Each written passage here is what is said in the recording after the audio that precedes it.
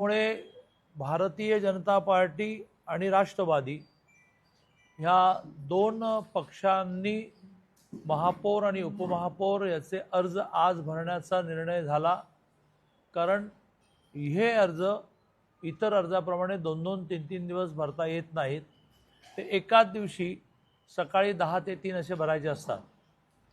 भारतीय जनता पार्टीमध्ये local core कमिटीने एकमत तरी करायचं असतं, अन्यथा जी नावं येतील ती प्रदेशाकडे पाठवायची असतात। एकमत झाल्यानंतरही प्रदेश अध्यक्ष आणि माननीय देवेंद्रजी यांची कन्सेंट, ज्याला म्हणतात की माहिती त्यांना होणं, अवगत करणं हे आवश्यक असतं। त्याप्रमाणे इथे कोर कमिटीचं एकमत झाल्यानंतरही अवगत करण्यासाठी, संमती घेण्यासाठी प्रदेशाकडे नाव पाठवलं आणि आज सकाळी प्रदेश अध्यक्षांच्या सहीची संमती आली।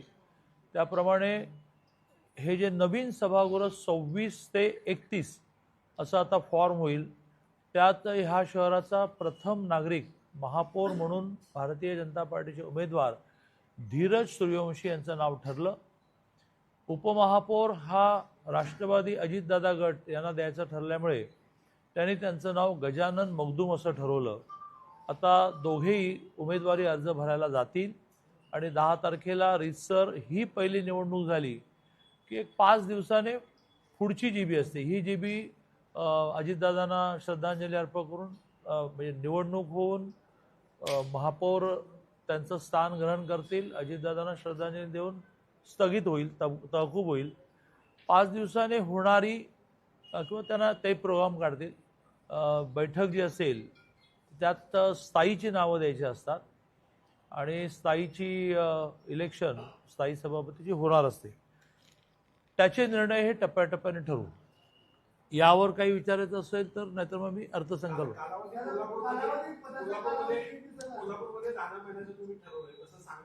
माननीय मुख्यमंत्री महोदयांनी या विषयामध्ये सगळ्या 29च्या 29 महानगरपालिका, तर बहुधा 2 सोडल्या वसई आणि मालेगाव, तर 27 महानगरपालिकांमध्ये महायुतीचाच महापौर होईल।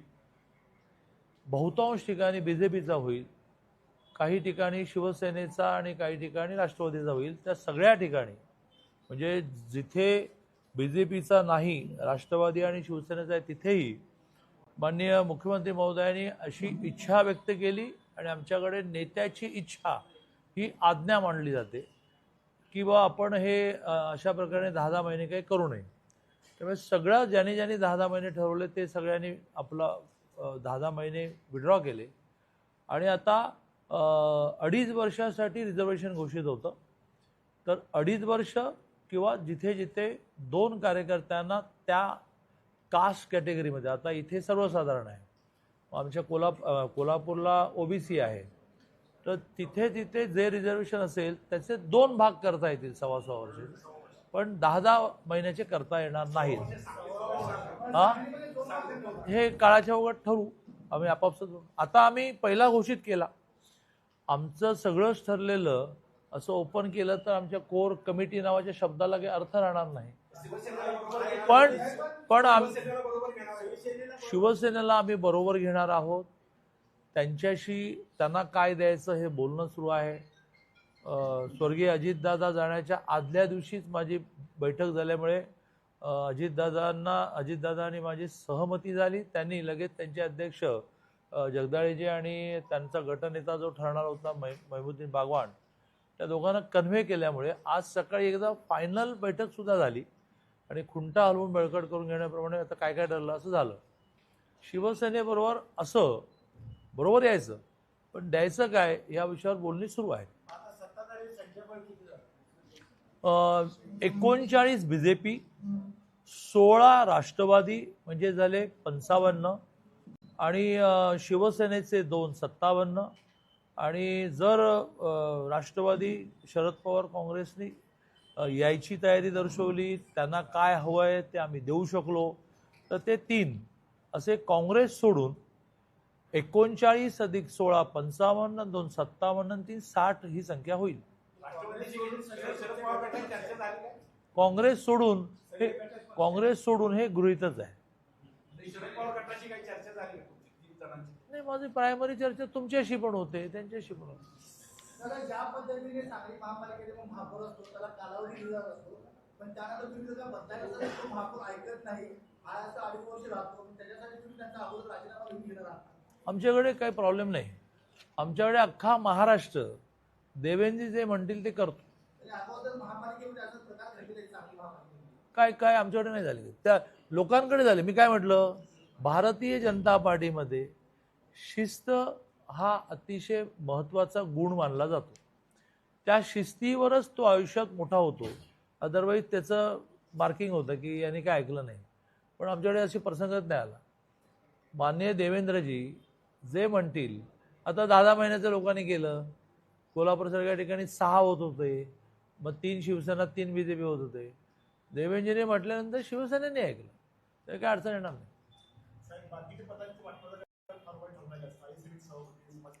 जरा काय होईल की एकदा 10 काय सुदैवाने वेळ आहे, 10 तारखेला महापौराची इलेक्शन झाली की त्याच दिवशी त्यांनी नवीन GB कॉल करायची असते. ती स्पेशल GB असते. नॉर्मल GB महिन्यातून एकदाच होणार. त्या स्पेशल GB मध्ये स्थायीची इलेक्शन होते. त्याच्या 2 दिवस आधी प्रत्येकाच्या गटनेत्याने त्याला नगरसचिव जी फिगर देतो त्याच्या संख्याबळाप्रमाणे ती नावं द्यायची असतात. म्हणजे 2 दिवस आधी नावं झाली की ते गॅझेट होतं आणि त्या गॅझेटमधल्या 16 जणांनी, 16 असतात, 1 दिवस आधी उमेदवारी अर्ज भरायचा असतो. याला 16-17 तारीख उजाडेल. राजकारणामध्ये फार आधी विचार करणं किंवा विचार केला असेल तर तो व्यक्त करणं हे असमंजसपणाचं लक्षण मानलं जातं. हां, त्याला पण आणखी वेळ असतो. हां, नाही, चला या निमित्ताने तुमच्या माध्यमातून लोकांनाही कळू देत की ती जी स्पेशल GB असेल त्यात स्थायी आणि समित्या म्हणजे महिला बालकल्याण, सामाजिक न्याय हे सगळं पूर्ण होतं. कॉप त्यानंतर 1 महिन्यामध्ये करायचे असतात. ती जी नॉर्मल GB होईल त्या नॉर्मल GB मध्ये मात्र कॉप पूर्ण करावे लागतात. कधी कधी एखाद्या पक्षाचं कॉपचं नाव ठरायला वेळ लागत असेल तर थोडा नंतरही देऊन चालतं. पण पद्धती अशी आहे की 1 महिन्यानंतर होणाऱ्या नॉर्मल GB मध्ये कॉपची नावं दिली गेली पाहिजे. पत्रकारांचं एखादं नाव असेल तर वेळेत माझ्याकडे देऊन ठेवा. एक पत्रकार निवडूनच आलाय.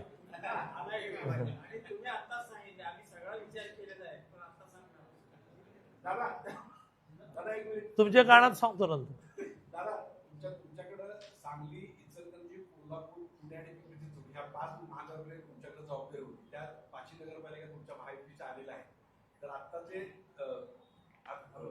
केंद्रीय मंत्री अर्थमंत्र्यांनी जाहीर केले की शहर विकासासाठी आम्ही मोठा निधी देणार. तर हा जो कॉरिडॉर तुमच्या ताब्यात येतो, तुमच्या ह्याच्या खाली येतो, नेतृत्वाखाली, त्यासाठी काय स्पेशल तुम्ही करणार आहे का? 5 महापालिका. चला, म्हणजे बजेटकडे आपण आलो, बरोबर.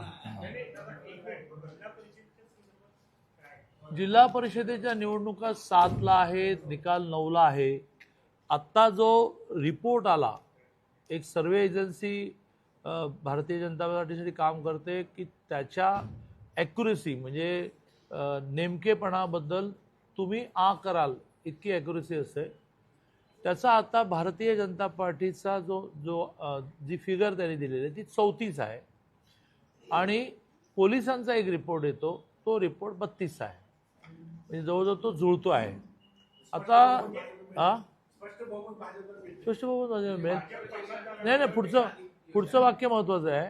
नाही, आम्ही 50 जागा अशाच लढलो की जे जिंकू, तर आम्ही 50 लढून सुद्धा 34 आणू. पण पुढचं वाक्य माझं महत्वाचं आहे, शेवटचे 3-4 दिवस जास्त महत्त्वाचे असतात आणि त्यामुळे हे 3-4 दिवस भाऊ आता चुळबुळ करतातच आहेत, त्यांना जायचं लगेच मतदारसंघात. हे शेवटचे 3-4 दिवस आम्ही जर व्यवस्थित काम केलं तर 34-38 सुद्धा होते. कारण काठावर असणाऱ्या 4 जागा समोर येत आहेत. मागच्या वेळेला 25 होते, मग शिवसेनेचे 3 मिळाले, अपक्ष 2 मिळाले, असं करत करत सरकार बनलं. 61ची जिल्हा परिषद आहे, यावेळेला 1 कमी झाली. 30 नाही पुरणार, 31 तरी पाहिजे.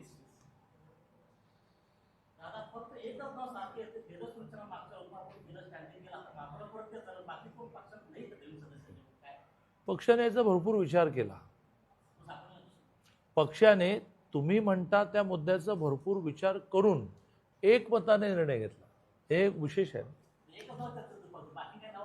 नाही होती, एकूण 8-10 नावं होती, पण विचारपूर्वक निर्णय झाला.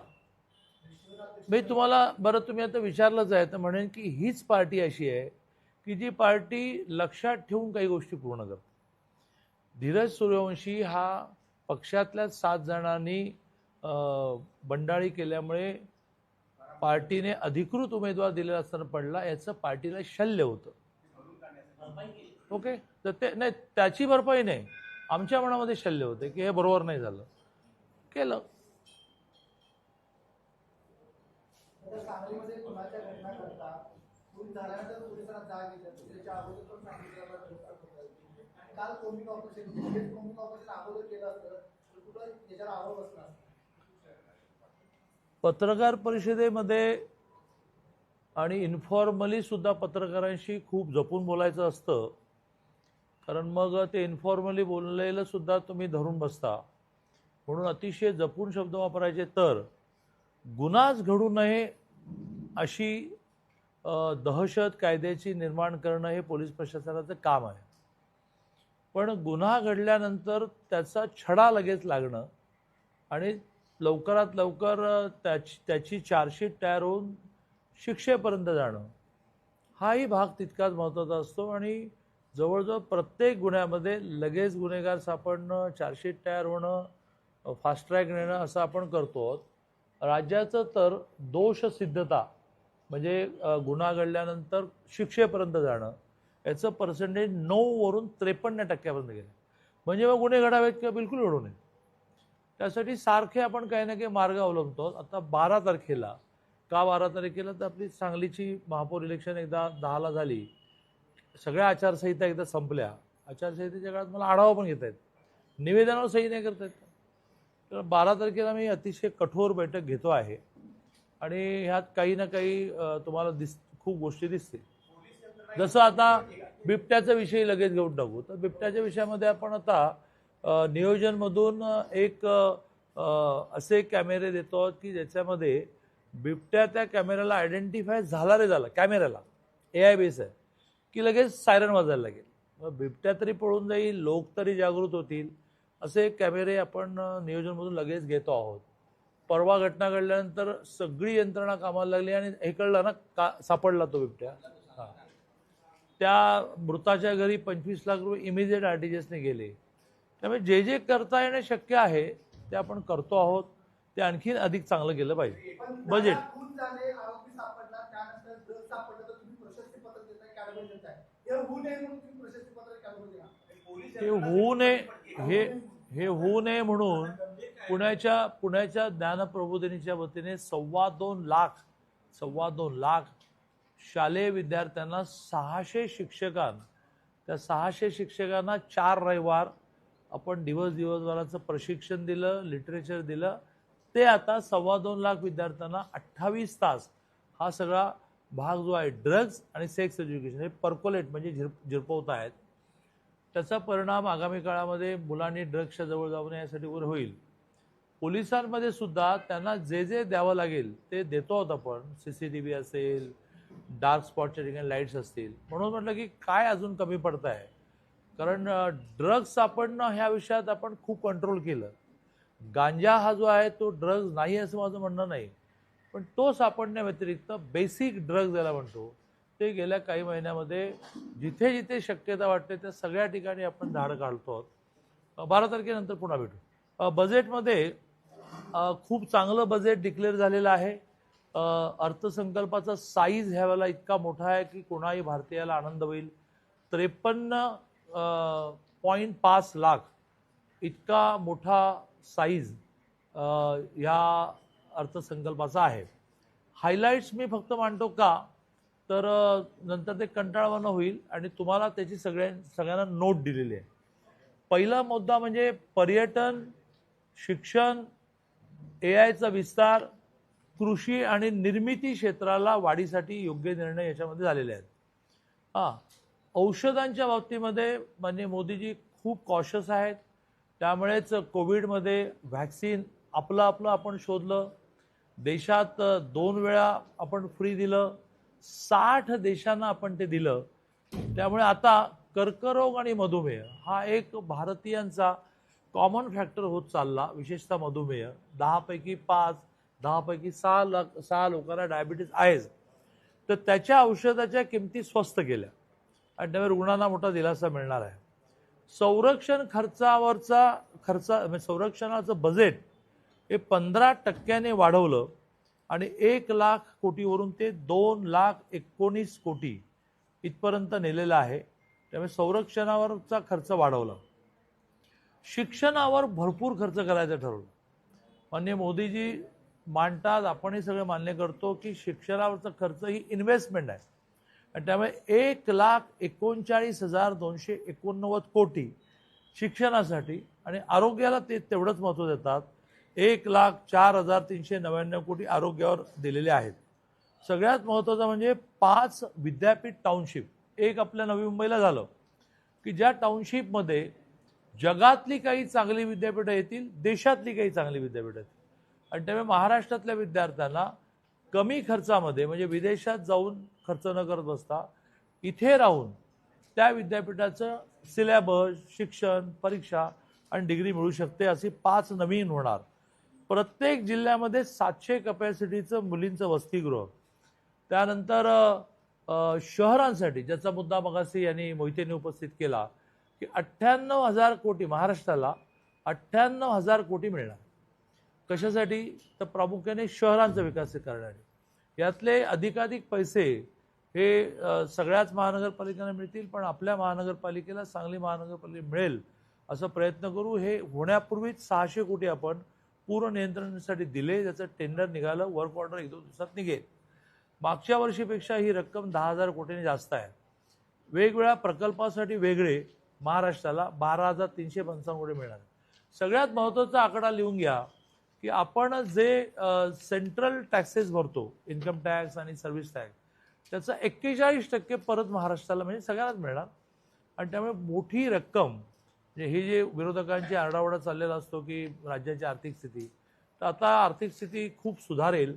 याचं कारण 41% म्हणजे आपण 1 रुपया इन्कम टॅक्स आणि सर्व्हिस टॅक्स भरला म्हणजे ऑलरेडी GSTचा 50% आपल्याला मिळतो, जो रोज अति 12लाच मिळतो. तर हा 41% मिळणार आहे. या व्यतिरिक्त उच्च शिक्षण जे माझ्याकडे आहे त्याला 55,727 कोटीची प्रोव्हिजन आहे. विदेशामध्ये मेडिकल ट्रीटमेंटला आणि शिक्षणाला जाताना जो खर्च होतो त्याच्यावर हा 5% टॅक्स होता. तो आता 2% झाल्यामुळे 20 लाख पाठवायचे असेल तर 5% म्हणजे 1 लाख कर भरायला लागायचा. आता तो 40,000 होईल, 60,000 रुपये वाचतील. या व्यतिरिक्त 1-2 मुद्दे सांगून मी माझं बोलणं संपवतो. 20 प्रमुख पर्यटन स्थळावर 10,000 गाईड्सना 12 आठवड्याचं उच्च दर्जाचं, कारण टुरिझम आपल्याला भारतातला वाढवायचं. त्यानंतर एक मोठी कन्सेप्ट मोदीजींनी मांडली आहे. भारत हा कंटेंट क्रिएटर हब होण्यासाठी विद्यार्थ्यांना AI आणि व्हर्च्युअल रिॲलिटी तंत्रज्ञान प्रशिक्षण देण्यात येईल. इनोव्हेशन आपल्या देशात कमी होतात, त्यामुळे पेटंट आपल्याकडे कमी असतात, त्यामुळे रॉयल्टी आपल्याला कमी मिळते. आणि मोदीजींचा आग्रह आता सगळा इनोव्हेशनवर, संशोधनावर आहे. असं एक खूप सुंदर बजेट आलं आहे. या व्यतिरिक्त पण काही मुद्दे आहेत, तुम्हाला अतिशय सविस्तर नोट दिली आहे. 1-2 प्रश्न विचारायचे असेल तर विचारू. सांगली जिल्ह्याला याचा कितपत फायदा होईल? होईल ना. आता कसं झालं, केंद्राचं झालं 6 मार्चला बहुतेक. कारण मी काही म्हटलं की तुम्हाला कसं कळलं होतं, पण मी संसदीय कामकाज मंत्री आहे. पण 6 मार्चला बहुतेक बजेट महाराष्ट्राचं आहे. केंद्राचं बजेट त्यामुळे आधी घोषित करायचं असतं. त्याच्या आधारे आता महाराष्ट्राचं बजेट डिझाईन व्हायला सुरुवात होईल. 12 फेब्रुवारीपर्यंत प्रत्येक डिपार्टमेंटला त्यांच्या डिपार्टमेंटला काय हवं आहे हे अपलोड करायचं असतं. मी तेवढ्यासाठी या सगळ्या व्यापातून माझे सगळे अधिकारी 7 तारखेला पुण्यात बोलवले, जेणेकरून आम्ही 12 तारखेच्या आधी आम्हाला काय हवं आहे ते अपलोड करू शकू. महाराष्ट्राला काय मिळणार हे क्लिअर होईल. 2 प्रकाराने महाराष्ट्र बजेट तयार होतं. प्रोॲक्टिव्ह म्हणजे स्वतःहून मुख्यमंत्री महोदय अलॉटमेंट करतात आणि आम्ही मागायचं असतं. तर त्याप्रमाणे आपण सांगलीमध्ये जसं आता एअरपोर्टसाठी पैसे मागायला लागतील, कारण जवळजवळ फायनल होत चाललं. 3 हेलिपॅडसाठी मागायला लागेल. कासेगावला PWDने पोलीस स्टेशनला जागा दिली, ते आवश्यक होतं. 8 कोटी पण ते मागायला लागतील. एअरपोर्टसाठी जरा जास्त मागायला लागतील, मला वाटतं 200 कोटी मागायला लागतील, कारण थोडी जमीन अजून अधिग्रहण करायची, त्याचा रेट काय पडतो बघूया. IT पार्क आहे. सगळ्यात महत्त्वाचं म्हणजे हा जो एक्सपोर्टसाठी आपण हब तयार करतो आहोत, ज्याला आपण ड्रायपोर्ट म्हटलं, त्या ड्रायपोर्टला आता घोषणेच्या बरोबरीने व्यवहारात आणायला लागेल, त्याशिवाय शेतकऱ्यांचा माल लवकर मार्केटमध्ये जाणार नाही. त्या जागेबद्दल थोडं दुमत चालल्यामुळे रेंगाळलं. मग जी जागा आता कलेक्टर सुचवतात ती थोडी छोटी वाटते. 3 महिने निवडणुकीत फार गेले, सारखी आचारसंहिता, पण त्याला पर्याय नव्हता ना, साचल्या होत्या निवडणूक. पण आता एक बरं की आता 5 वर्ष 3.5 वर्ष निवडणूक येणार, डायरेक्ट लोकसभा येणार, त्यामुळे आता थोडा श्वास घ्यायला मिळेल. त्या महापालिकेची इमारत होऊन जाईल, काय अडचण. शेरीनाला या बजेटमध्ये होऊन जाईल, महानगरपालिकेची इमारत होऊन जाईल, काय अडचण. चला, जय हिंद, जय महाराष्ट्र. सगळ्यांना जेवणाचं निमंत्रण. नाही, त्याच्या आधी देवेंद्रजींनी पण म्हटलं, दादानी म्हटलं, त्यामुळे शेरीनालाचा तुकडा 100% पडला.